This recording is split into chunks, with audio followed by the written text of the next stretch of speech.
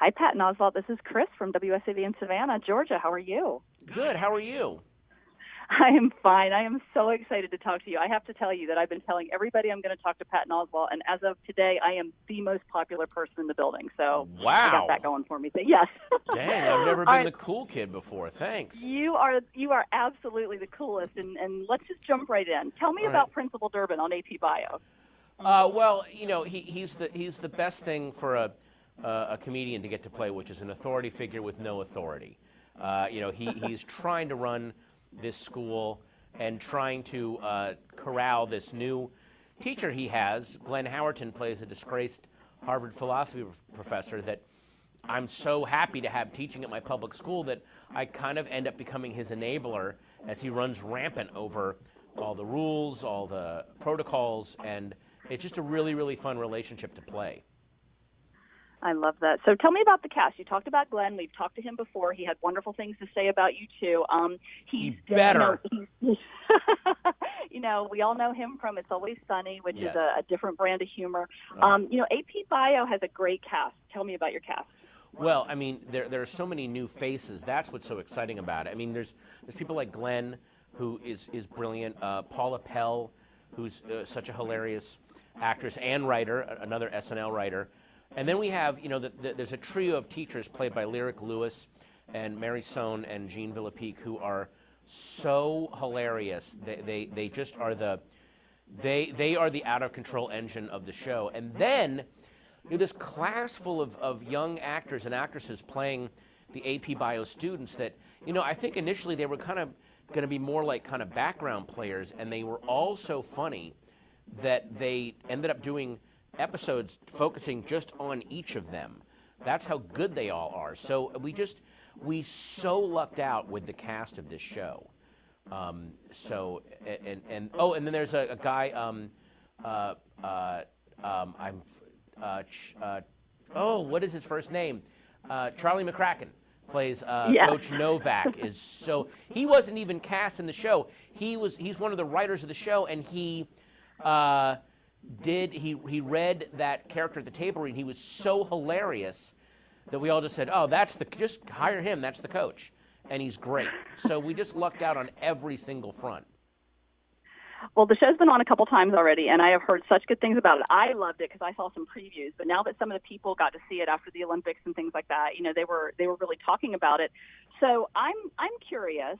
I've been a follower of your stand-up and your books for years. Do you prefer acting to stand-up or stand-up to acting, or is there any kind of apples and oranges, you know, with that? It is so apples and oranges. You use different muscles with each of them. You know, stand-up is more, I guess, oratory, whereas acting you're more reactive and listening and more back and forth. And they're both really, really exciting and fun. I would never give either one of them up, and I'm very lucky in that I don't have to. So, you know, I've been very fortunate in that regard. It leads me right into my next question. You have done so many amazing voiceover roles. Do you prefer voiceover acting to real in-person on-set acting, or again, apples and oranges? Again, you know, there's advantages and disadvantages to both. With voiceover, I can show up in my pajamas. But also with voiceover, you have to be way more, in a weird way, it's more exhausting using voiceover because you can't use your body as much to indicate, you know, what it is you're saying and how you're feeling. It all has to be through your voice, and it can be weirdly draining. Acting is draining and challenging in other ways because it is your whole body, and it is you reacting with people that are right in front of you. So again, it's all different muscles, and it's all fun. And again, very fortunate to get to do both. Well, we're fortunate that you get to do both, too. So I'm going to switch gears just a tiny little bit here. I'm a big fan of Zombie Spaceship Wasteland. It was given to me as a gift a couple years ago.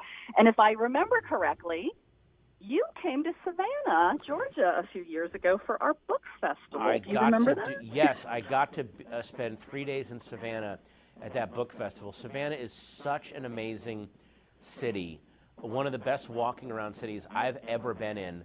That book festival is gorgeous, and I was very, very lucky to get to go there.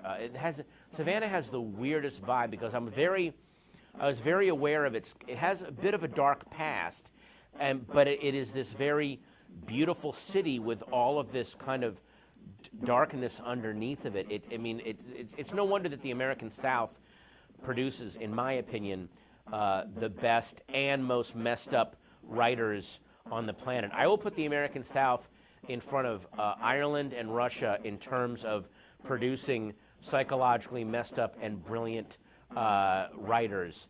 And Savannah was such an amazing example of that. It's such a cool city. Thank you so much. I want to ask you, too, about your late wife's book. You're about to go on tour for I'll Be Gone in the Dark. Tell me a little bit about that. My late wife, who passed away in 2016, was writing a true crime memoir about California's worst uncaught serial killer, this massive cold case, this killer that she named him, dubbed him the Golden State Killer. And the book is called I'll Be Gone in the Dark. And I know that I'm biased saying this, but I do read a lot of true crime, and I would put this up there with some of the best true crime narratives that have been out there. It is an amazing book. It is rich and deep, but it also, you will rock it through it. The first time I read it in one sitting, could not stop reading it. I know that you have been through a lot in the last couple of years. You've had immense lows and incredible highs. Congratulations on your recent wedding. I'm very happy for you. You look absolutely positively radiant in all the pictures. So congratulations on that. And then real quick, right before we wrap up, I just want to say a personal thank you. And I have friends that are right here with me. Happy was just the greatest surprise over the last couple months. It was. I cannot tell you. I want to tell people, if you don't love this show like it's your own baby, then I can't know you. So please, just a few minutes. Tell me, first of all, are you already working on season 2? And what is it like to be Happy, an imaginary unicorn who has to deal with Chris Maloney's craziness? Tell me about that. We are working on season 2. The most important thing for me is I get to work with Brian Taylor, who co-created the Crank films. He is one of the weirdest, he's one of the gleefully, most effortlessly weird directors and creators out there. And getting to see what he pulls off on TV every week, going into that recording booth and Skyping with Chris Maloney and figuring out what our relationship was going to be and where, that is one of the, it is the most disturbing show that I've ever been a part of. And I was on The Heart She Hollers, so that is saying something. That show meant so much to me to get to do it, and the fact that we got a second season, and the fact that Sci-Fi is like because here, you know why we got a second season? Because Brian Taylor shot the first season as if we were never going to get a second season. Like, well, they're never going to put this back on the air again, so let's just put everything out there, and that is what gave us the second season. It's such an amazing show. It really is, and I'm so happy to hear that it is just like you are excited about it as to do it as I am to watch it. I just, that first few seconds of the scene, I told my friends at work the next day, I'm like, y'all gotta see this. It is bananas. Yeah. I remember specifically when we were recording episode 7, I was like, wow, are you sure? This is, and he said to me, he goes, oh, we're never getting a second season. We may as well do, like, he was so confident in that this is the only season they'll ever let us do. Let's just go for it. And because of that attitude, that's why the show is as good as it is. Well, then I cannot wait for season 2. Me neither. I cannot wait to read these scripts. I don't know where in the hell he goes at this point. Where does he go after that first season? What is left? What does he do? I'd be afraid to turn a page 2, so. Oh listen, God. I know I've got like 2 seconds left, and I'm so sorry to take all your time, but I am telling you, AP Bio is awesome, and I'm fangirling all over you. I'm so sorry. Go right ahead. I'll take it. All right. Thank you. Have a great day. You too. Thanks.